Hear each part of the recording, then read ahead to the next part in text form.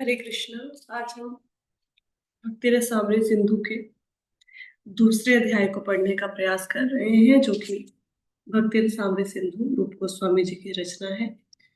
इसमें दूसरे अध्याय में अब तक हमने पढ़ा कि भक्ति को हम तीन कैटेगरीज में डिवाइड कर सकते हैं: साधन भक्ति, भाव भक्ति, प्रेम भक्ति।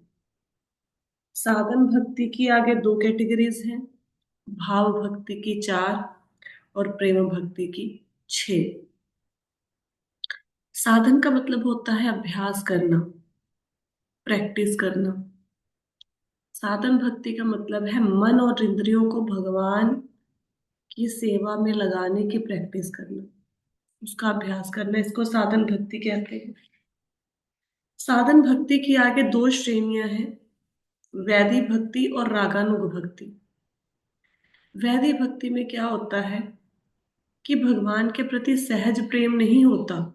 जैसे एक माता का अपने बच्चे के प्रति सहज प्रेम होता है, वो सहज प्रेम नहीं है। उस प्रेम को डेवलप करने की कोशिश की जा रही है। गुरु धारण किए, गुरु ने कहा कि ये काम करने हैं, अभी आपने, गुरु का आदेश है, ये माला जाप करना है, ये नियम पालन करने हैं। तो गुरु के आदेश का पालन करने के लिए भक्ति की जा रही है। मन में कोई ऐसे प्रेम नहीं है भगवान के प्रति, लेकिन वैधि भक्ति करते करते व्यक्ति भगवान के प्रति सहज प्रेम, एक सहज आकर्षण भगवान के प्रति उत्पन्न हो जाता है। इसे कहते हैं रागानुग भक्ति। तो हम सब लोग अभी क्या कर रहे हैं? हम लोग वैधि भक्ति कर रहे हैं। तो इसमें हमने आ, काफी पढ़ लिया था। अब हम पद्म पुराण में भी यही प्रक्रिया बताई गई है, यहाँ से शुरू करेंगे। माता जी पढ़िए, ममता माता जी आप। पद्म पुराण में भी इसी विधि की सलाह दी गई है। उसमें कहा गया है, मनुष्य को चाहिए कि वह सदैव भगवान विष्णु का स्मरण करे। यह ध्यान अर्थात कृष्ण का निरंतर स्मरण कहलाता है। कहा गया है कि मन को विष्णु में स्थिर करके ध्यान करना चाहिए। पद्म पुराण की स्तुति है कि मनुष्य को चाहिए कि वह अपने मन को ध्यान द्वारा सदैव विष्णु के स्वरूप पर स्थिर रखे और उसे क्षण भर भी ना भूले। चेतना की यह अवस्था समाधि कहलाती है।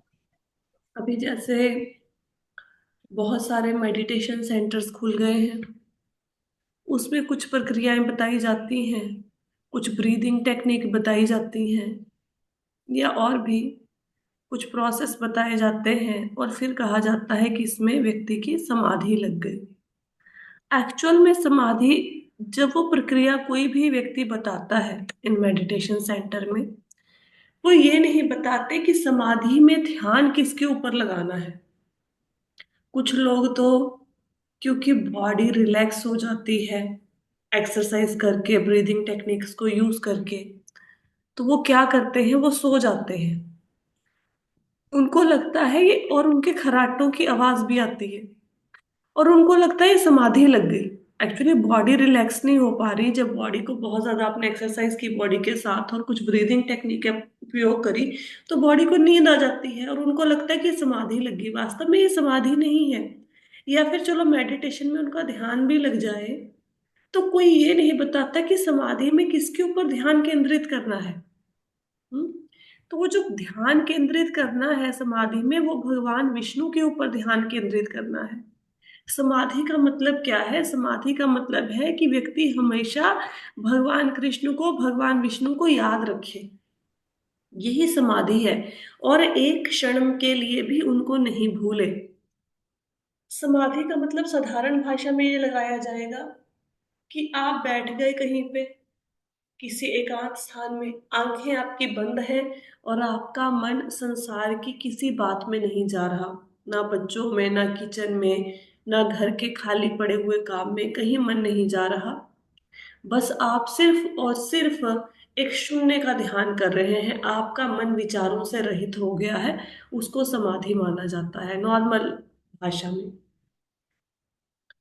पर अगर आप किचन में काम कर रहे हैं, आप बर्तन मांज रहे हैं, किचन में आप किचन में खाना बना रहे हैं, लेकिन आपका मन वृंदावन घूम रहा है, आपका मन भगवान के भजन गा रहा है, आपके मन में हरे कृष्ण मंत्र निकल रहा है मन से, तो वो समाधि है।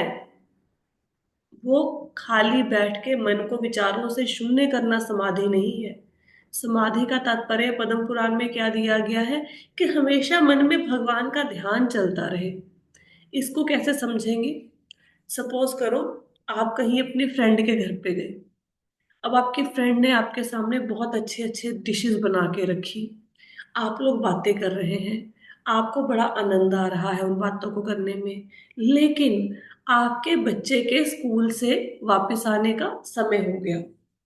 अब आपका ना तो मन उन खानों में लग रहा है, ना फ्रेंड की बातों में लग रहा है। आपके मन में ये आना शुरू हो गया कि भाई अगर मेरा मेरे घर पे लॉक लगा है, स्कूल की बस छोड़ने आएगी, बच्चा कहाँ जाएगा? वो तो देखेगा घर पे लॉक लगा है, मुझे तो जल्दी से घर पे पहुंचना है। तो आप सारा खाना पीना बातें छोड़ के घर की तरफ भागोगे। बैठे हो फ्रेंड के घर पे, मन बच्चे की तरफ चला गया। ठीक है, और पूरी तरह से बच्चे में है। अब किसी बात पे कोई ध्यान नहीं जा रहा, कोई बंदा बंदा कोई बात बोल रहा है आपसे, कुछ कर रहा है नहीं, सिर्फ ध्यान बच्चे पे है। इसको कहते हैं समाधि लगी। अब आप घर में बना रहे हो खाना, झाड़ू दे रहे हो, बर्तन साफ कर रहे हो, कपड़े धो रहे हो, लेकिन मन भगवान में लग गया, तो यही समाधि है। समाधि मतलब विचारों से शून्य होकर, बिल्कुल धम्म से मौन होकर बैठना नहीं है। मन में भगवान का चिंतन चलता रहे, यही समाधि है। अगला पैराग्राफ पढ़िए माता जी। हमें अपने जीवन के कार्यकलापों को इस प्रकार डालने का प्रयत्न करना चाहिए कि हम विष्णु या कृष्ण को निरंतर स्मरण रखें। यही कृष्ण भावनामृत है। चाहे कोई विष्णु के चतुर्भुज रूप में अपने मन को केंद्रित करे या दो भुजा वाले कृष्ण रूप पर, दोनों एक ही हैं। पद्म पुराण की स्तुति है कि जैसे भी हो सदैव विष्णु का चिंतन करो, कोई भी परिस्थिति में उन्हें मत भुलाओ। वास्तव में समस्त विधि विधानों में यही सबसे मूल बात है, क्योंकि जब किसी काम को करने के लिए अपने से बड़े का आदेश होता है तो उसी के साथ निषेध भी रहता है। जब यह आदेश होता है कि सदैव कृष्ण का स्मरण करो, तो निषेध यह होता है कि उन्हें कभी भी मत भूलो। इस सरल आदेश तथा निषेध के दायरे में सारे विधि विधान पूर्णतः आ जाते हैं। ठीक है, तो इसमें क्या बताया गया है कि हम अपने जीवन को इस प्रकार ढालें, हम अपने जीवन को इस प्रकार मैनेज कर लें कि हम हमेशा भगवान विष्णु को, भगवान कृष्ण को याद रखें। इसी को कृष्णा कॉन्शियसनेस कहते हैं। हम बार बार हर लेक्चर में एक शब्द यूज करते हैं, कृष्णा कॉन्शियसनेस, कृष्ण भावनामृत। आप मंदिर में जाके क्लासें लगाते हैं, बार बार कृष्णा कॉन्शियसनेस, कृष्णा कॉन्शियसनेस। ये क्या है कृष्णा कॉन्शियसनेस? इसका सरल भाषा में उत्तर ये है कि कॉन्शियसनेस में अपने चेतना में कृष्ण को लेके आना, बस यही कृष्णा कॉन्शियसनेस है। ठीक है, अब आपकी मर्जी है कि आपको भगवान विष्णु अच्छे लगते हैं जिनकी चार भुजाएं हैं, या दो भुजाओं वाले कृष्ण अच्छे लगते हैं। बात एक ही है। अब जैसे भीष्म पितामह थे, उनके जो आराध्य थे वो नारायण थे जिनकी चार भुजाएं हैं।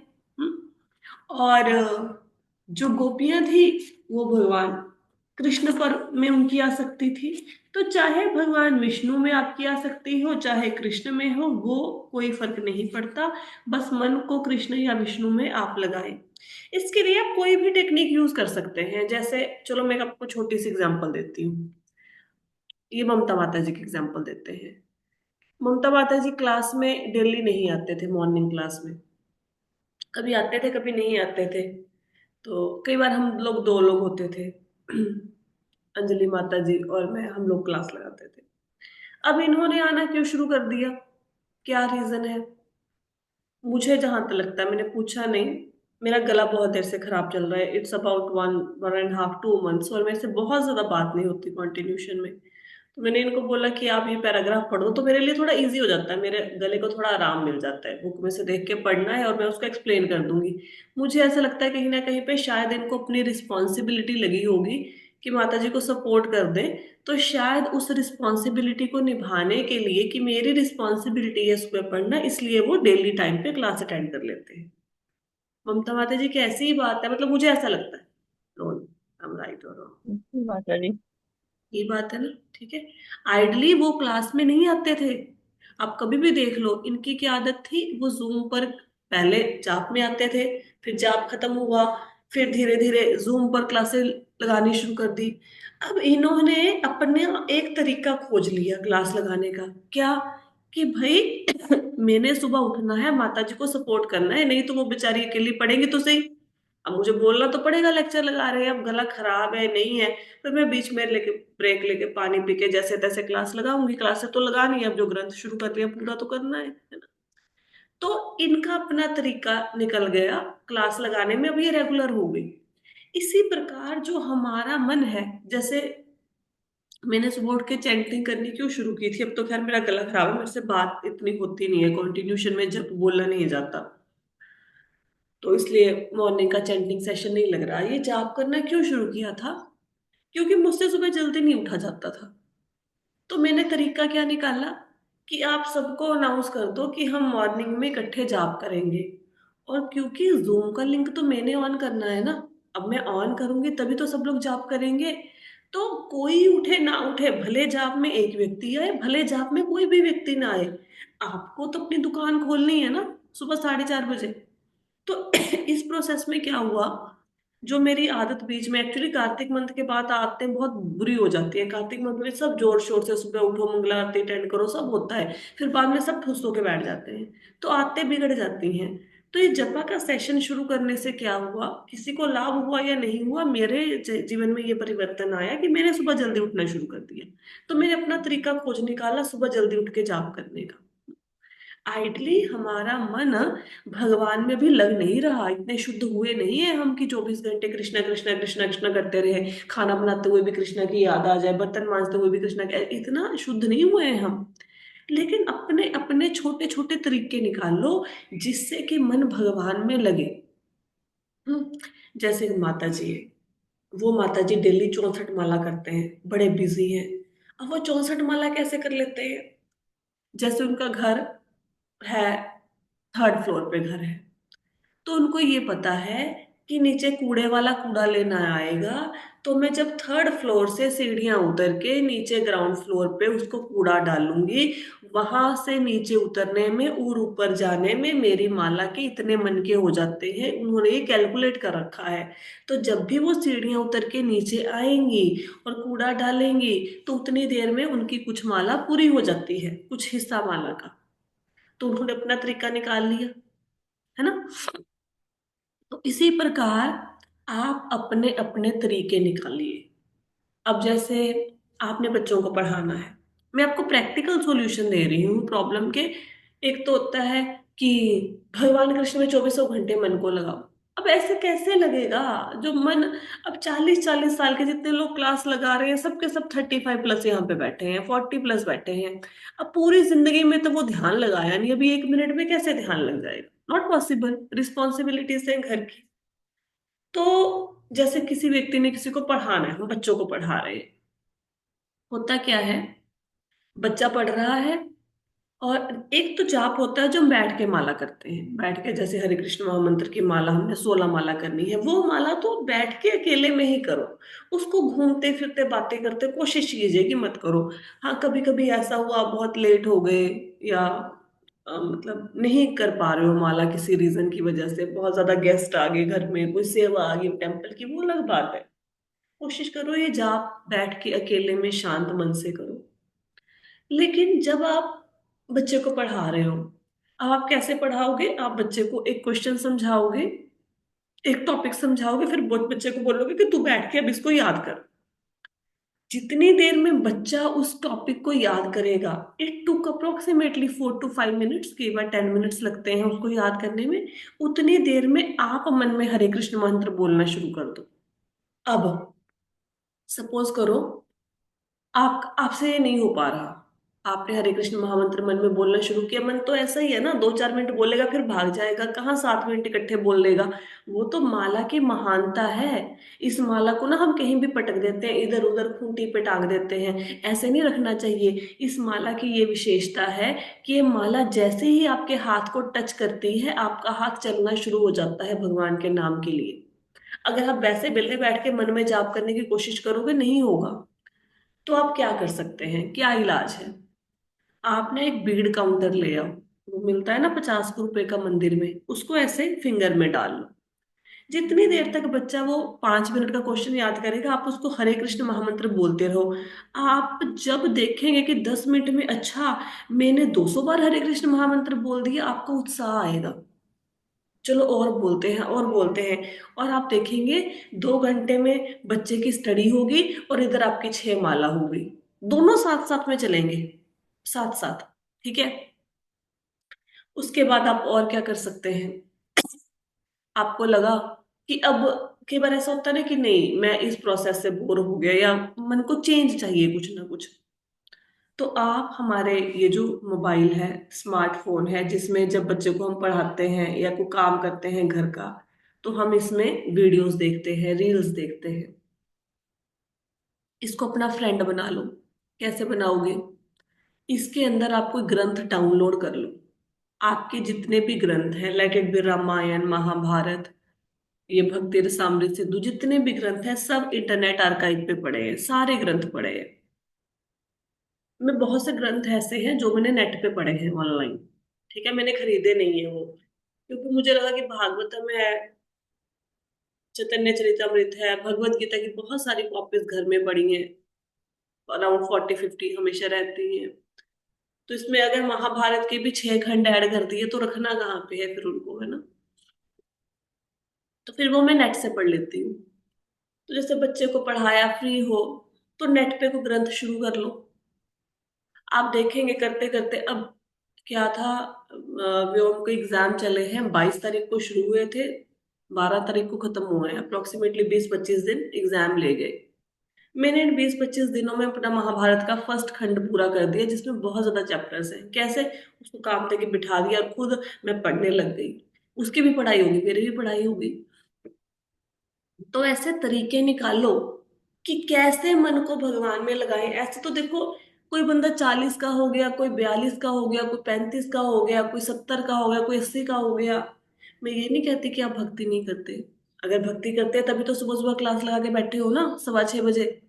करते हो, माला करते हो, भक्ति करते हो, तभी तो क्लास लगा रहे हो। लेकिन आप ये देखो कि मैं ये जो सुन रहा हूँ, इसका उद्देश्य क्या है सुबह सुबह क्लास सुनने का? क्या उद्देश्य ये है कि मेरे ज्ञान में वृद्धि हो और मेरे को चीजें याद रहे, या मैं 4 बंदों के आगे बता सकूं कि मेरे को भी ये चीजें पता है? ये उद्देश्य है? क्या उद्देश्य है इस क्लास को लगाने का? मैं जल्दी उठ जाऊं, क्या ये उद्देश्य है? कोई ना कोई उद्देश्य तो होना चाहिए। आइडल उद्देश्य, आइडल एम क्या होना चाहिए क्लास लगाने का? इस क्लास को लगा के मेरे जीवन में परिवर्तन आए। ये जो कहा जा रहा है कि मुझे इसी जन्म में भगवान की प्राप्ति करनी है, जीवन मृत्यु के चक्कर से निकलना है, मैं कुछ ऐसा करूं कि जिंदगी में मेरे वो पल आ जाए कि मैं 84 लाख योनियों से मुक्त हो जाऊं, मैं भगवान के धाम में पहुंच जाऊं। ये उद्देश्य होना चाहिए। ये उद्देश्य कब बनेगा? जब आप इस क्लास में कही हुई बात को जीवन में इंप्लीमेंट करोगे। एक होता है लेक्चर बहुत सुंदर है, बहुत अच्छा है, आपने बहुत अच्छा समझाया। एक होता है मैंने 40 मिनट की क्लास में ये एक बात सीखी और इस बात को मैंने अपने जीवन में अप्लाई करना है। अगर आप इस ढंग से इस ये एक चैप्टर है, देखो, भक्ति रसामृत सिंधु के सेकंड चैप्टर को अगर आप जीवन में अप्लाई करोगे, आप भगवान के धाम में पहुंच जाओगे। आपको कुछ भी और नहीं करने की जरूरत है। भक्ति रसामृत सिंधु सेकंड चैप्टर, इसको, सेकंड चैप्टर भी छोड़ो, जो अभी हमने ये पैराग्राफ पढ़ा है ना समाधि वाला, और ये वाला जो हम पढ़ रहे हैं, इसको जीवन में अप्लाई कर दो, सीधा भगवान के धाम में पहुंच जाओगे। क्या कहता है ये पैराग्राफ? ये कहता है तरीके निकालो। अब आपका बच्चा नहीं पढ़ रहा भाई, उसका साइंस में मन नहीं लग रहा, मैथ में मन नहीं लग रहा, तो आप भी तो तरीके निकालते हो ना। उसको एक क्वेश्चन नहीं याद हो रहा, आप क्या करते हो? आप नेट से 10 क्वेश्चन ढूंढते हो, उनमें से इजी लैंग्वेज वाला क्वेश्चन लिख के देते हो कि बेटे इसको ऐसे याद कर ले, पेपर में खाली पेपर मत रख के आना, कम से कम इतना लिखाना। तो आपने तरीका ढूंढा ना। तो जैसे वो आपकी रिस्पॉन्सिबिलिटी है कि कैसे एक चीज को मैं इंटरेस्टिंग बना दूं कि बच्चे का मन लग जाए और पेपर में पास हो जाए, ये आपकी जिंदगी का पेपर है। वो तो second, third, fourth, fifth, sixth, seventh, eighth, हमें खुद के नंबर याद नहीं है कितने आए।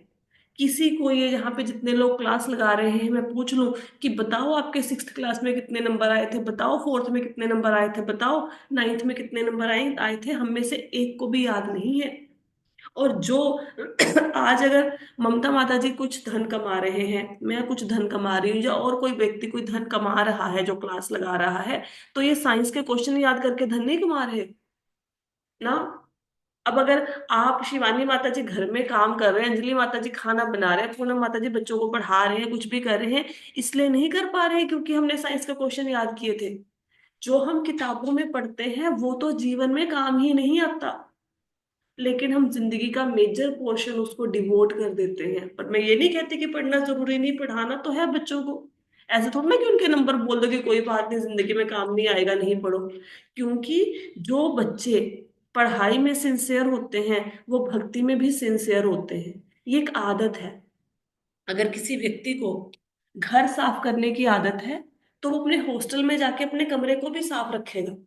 अगर कोई लड़की अपने मायके के घर को साफ रखती है तो अपने ससुराल के घर को भी साफ रखेगी। ये तो एक आदत है। पढ़ना मतलब एक सिंसियरिटी से एक काम को करना। अगर बच्चा पढ़ाई में सिंसियर है तो भक्ति में भी सिंसियर होगा, है ना। लेकिन यहाँ पे क्या बताया जा रहा है, जैसे हम एक बच्चे से सिंसेरिटी की अपेक्षा करते हैं कि मैंने जो तुम्हें पढ़ाया, मैंने तुम्हें 200 क्वेश्चन याद करवाए, तुम 200 के 200 क्वेश्चन लिख के आना, एक भी मत भूलना। हमारी एक्सपेक्टेशन क्या होती है, अगर बच्चे का हम एग्जाम पेपर देख लें, उसमें एक क्वेश्चन गलत हो, हम फट पड़ते हैं कि तुझे कराया तो था, तू क्यों नहीं करके आया, तेरे को तो मैंने याद कराया था, ऐसा करते हैं ना हम।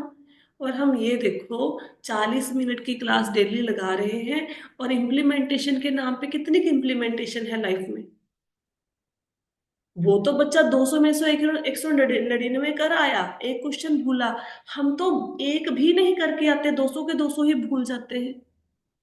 क्लास लगाने का उद्देश्य सीखो, कुछ तो ऐसा करो कि मन भगवान में लगे। अच्छा, ऐसे मन भगवान में लगेगा नहीं। आप बोलो 24 घंटे मैं भगवान कृष्ण के ध्यान में डूबी रहती हूँ, अरे फिर तो महात्मा हो गए, फिर तो सन्यासी हो गए हैं आप। किसका मन 24 घंटे भगवान कृष्ण में डूबा रहता है? किसी का मन अपनी डॉटर इन लॉ में, पुत्र वधू में डूबा रहता है, किसी का मन सास में डूबा रहता है, किसी का मन पति की गालियों में डूबा रहता है, किसी का मन बेटे बेटियों के करियर की टेंशन में डूबा रहता है, किसी का मन किचन में डूबा रहता है। डूबे तो हम कहीं और हुए हैं, भगवान की भक्ति में डूबे रहे फिर तो सारा दिन प्रसन्न रहे। तो कोई ना कोई तरीका निकाल लो।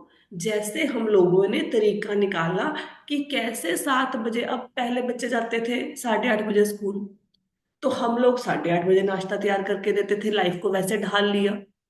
अब बच्चे का टाइम चेंज हो गया, गर्मियां आ गई 7 बजे, अब जीवन को ऐसे ढाल लिया कि 7 बजे भी नाश्ता बन जाता है। तो ढाला ना। तो जब हम जीवन में हर चीज को मैनेज कर रहे हैं, बच्चों के ब्रेकफास्ट के टाइम तक को, अपने सोने जागने के, बच्चे को छुट्टियां हुई पेपरों के बाद, हमने लेट उठना शुरू कर दिया। बच्चों का स्कूल खुला, एक दिन में अपने आप को चेंज कर दिया, एक दिन में। जो व्यक्ति सुबह 8, 8:30 बजे उठ रहा था, एक झटके में वो 6 बजे उठना शुरू कर दिया। लेकिन अगर ये कल से बोल दिया जाए कि आपने माला करनी है सुबह उठ के, या मंगला आरती अटेंड करनी है, तो एक झटके में ये वाला परिवर्तन नहीं आएगा। शायद 4, 5 साल में हम मंगला आरती तक पहुंचेंगे। एक्चुअल में दिस इज हैपनिंग। क्यों? क्योंकि वो प्रायोरिटी नहीं है। बच्चे का स्कूल प्रायोरिटी है, क्यों? क्योंकि बस छोड़ के चली जाएगी, डंडा है सिर पे। प्रॉब्लम ये है, भक्ति में कोई डंडा नहीं है। अगर डंडा हो तो सुधर ना जाए। अब जो नौकरी वाले, अब आप देखो, कभी दिल्ली जाना, सुबह सुबह अप्रोक्सीमेटली 6, 7 बजे, लोग टाई बेल्ट लगा के तैयार होके डिब्बा डाल के हाथ में लैपटॉप लेके सड़कों पे खड़े मिल जाएंगे बस की वेट करते हुए 6 बजे, जिस समय हम घर में उठते हैं। मेट्रो की लाइफ बिजी होने का क्या मतलब है? क्या मेट्रो में वो 8 घंटे के बजाय 20 घंटे काम करेंगे ना? वही वही जीवन है, वही ड्यूटी आवर्स है। प्रॉब्लम ये है, डिस्टेंस बहुत है। एक जगह से दूसरी जगह में जाने में 2, 2, 3, 3 घंटे लग जाते हैं। तो उनकी जिंदगी उन्होंने वैसे ढाल ली। है ना। हम 6 बजे तक सोते रहेंगे, हमें ये भी बहुत बड़ी बात, वो 4 बजे उठ के 6 बजे तक रेडी हो जाते हैं ऑफिस के लिए 5 बजे उठ के। हम लोगों को 6 बजे उठना भी मुश्किल लगता है, क्योंकि जीवन में प्रायोरिटी नहीं है भगवान, इसलिए हम उनको इग्नोर कर रहे हैं। आपको कोई बोल दे मनाली घूमने जाना है, सुबह 3 बजे की आपकी फ्लाइट है, आप 2 बजे उठ के बैठ जाएंगे। सुबह बोल दिया जाए मंगला आरती है 4:30 बजे उठो, नींद नहीं खुलेगी। प्रायोरिटी नहीं है। प्रायोरिटी बनानी पड़ेगी, प्रायोरिटी बनाने से बनती है। कब जागृत होंगे, कब वो क्षण मेरे जीवन में आएगा जब भगवान मेरी प्रायोरिटी बन जाएंगे। वो तब आएगा जब मैंने मन में ठान लिया कि मुझे भगवान के धाम में जाना है। जैसे उस माता जी ने अपना कैलकुलेट कर लिया कि तीसरी मंजिल से निचले की मंजिल तक आना, कूड़ा लेके कूड़ा डालना और जाना, इसमें मेरी इतनी माला हो जाती है।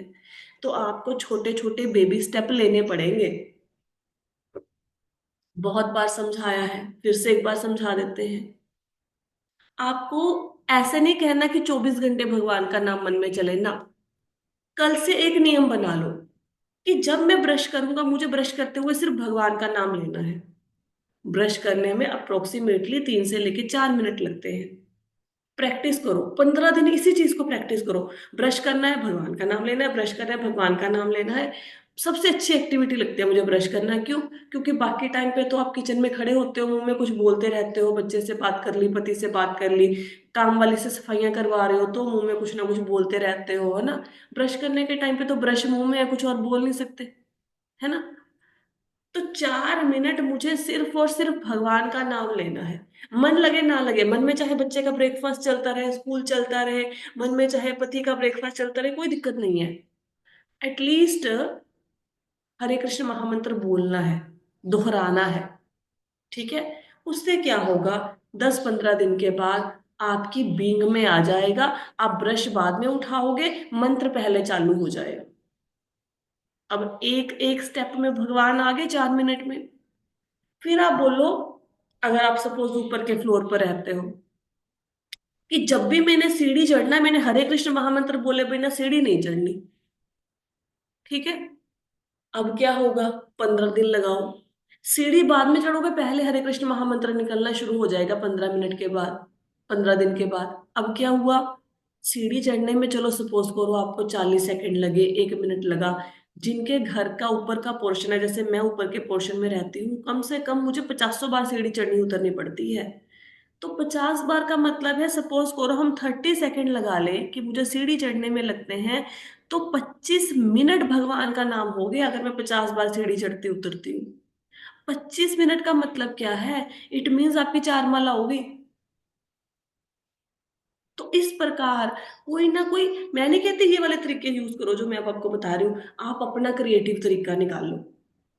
पेंटिंग करनी अच्छी लगती है, तो यूट्यूब पे इतने सारे ट्यूटोरियल्स हैं, उठा के भगवान कृष्ण की पेंटिंग बनाना शुरू कर लो। पेंटिंग नहीं आती, पेंसिल लो, बच्चे की पेंसिल उठाओ, कॉपी उठाओ, भगवान कृष्ण की ड्राइंग बनाना शुरू कर दो। बच्चे को भी सिखाओ, खुद भी सीख जाओगे।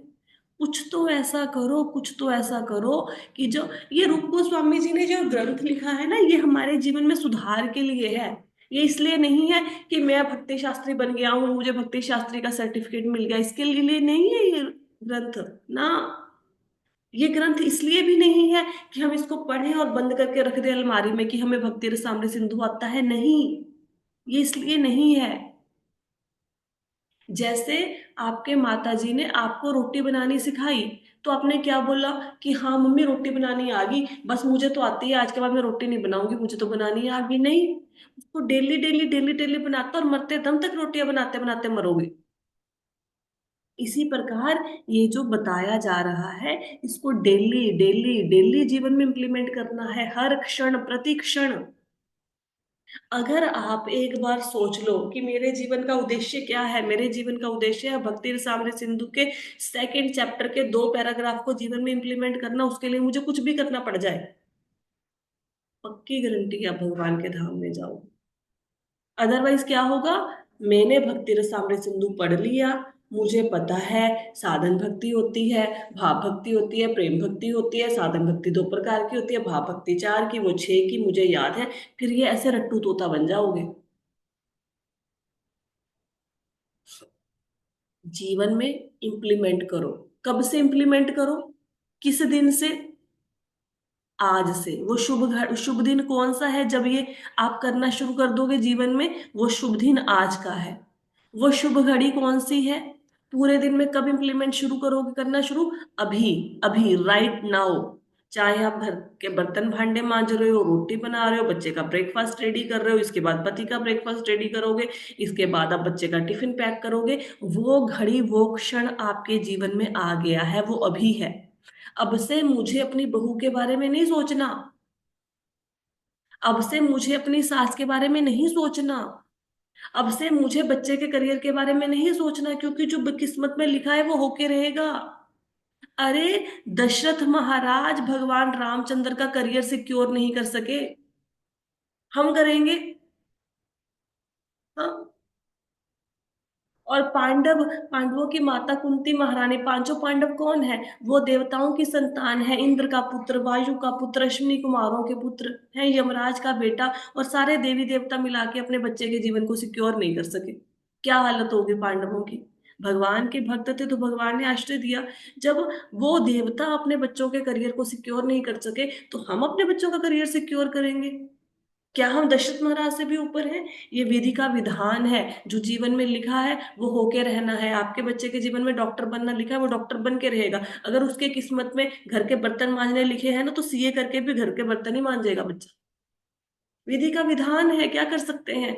तो चिंता नहीं करनी, प्रयत्न करना है। अब से, आज से ये प्रयत्न करो कि मन भगवान में लगे। ठीक है? हम चाहें तो इस भक्ति रसामृत सिंधु के चैप्टर को आधे घंटे में निपटा देंगे, 15 मिनट में भी निपटा सकते हैं। फायदा क्या है? जब परिवर्तन ही नहीं आया, फिर ऐसा पढ़ने का भी क्या फायदा? इम्प्लीमेंट करो। आज देखो, कोशिश करो, कोशिश करो कि जीवन में परिवर्तन आए। फिर मुझे बताना कल कि वास्तव में कोई परिवर्तन आया, कि ऐसे ही रट्टू तोते के जैसे क्लास लगाई और फिर हाँ जी, हो गया। ठीक है? तो आई होप सो कि सब लोग आज से कोशिश करेंगे, और कल कुछ नई रियलाइजेशन हमें सब लोगों के मुख से सुनने को मिलेगी। ठीक है? इसके साथ ही आज की कथा को विश्राम देते हैं। किसी को कोई प्रश्न है? नहीं है? ठीक है। So thank you so much everyone for joining the session. Hare Krishna.